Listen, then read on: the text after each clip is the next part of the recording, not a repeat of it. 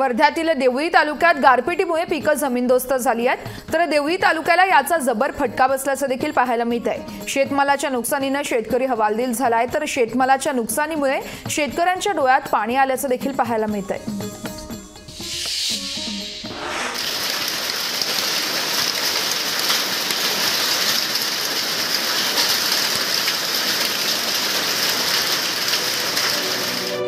वर्ध्यात काल सायंकाळच्या सुमारास अवकाळी पावसाने हजेरी लावली। या अवकाळी पावसात गारपीट झाल्याने शेती पिकांचं मोठं नुकसान झालं। हातातोंडाशी आलेला घास जमीनदोस्त झाल्याने शेतकऱ्यांचं मोठं नुकसान झालं। गारपिटीमुळे पीक हिरावल्याने शेतकरी चिंतेत पडलाय। जिल्ह्यातील हिंगणघाट, देवळी, कारंजा, आर्वी, वर्धा तालुक्यातील काही भागात गारपीट झाली। देवळी तालुक्यात मात्र सर्वाधिक फटका बसलाय।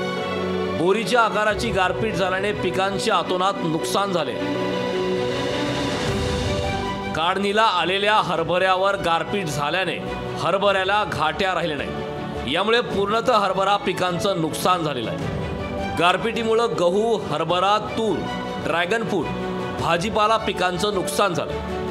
काल सायंकाळी 5च्या सुमारास जे गारपीट झाली ते निंबाच्या आकाराची गारपीट होती आणि त्याच्यामुळे परिसरातले गहू, चना, तूर आणि कापूस आणि भाजीपाला या पिकाचं मोठ्या प्रमाणावर नुकसान झालं आहे।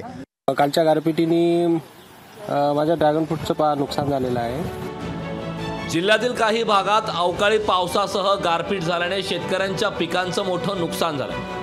शासनाने तातडीने पंचनामे करून शेतकऱ्याला आर्थिक भरीव मदत करण्याची मागणी शेतकऱ्यांनी केली। एकीकडे शेतमालाला पाहिजे तसा भाव मिळत नसताना शेतकरी चिंतेत पडला असून यात अवकाळी पावसाने भर घातली।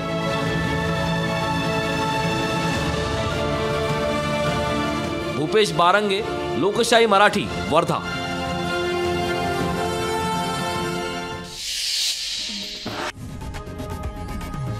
लोकशाही मराठी, ऐका, पहा, जागरूक रहा।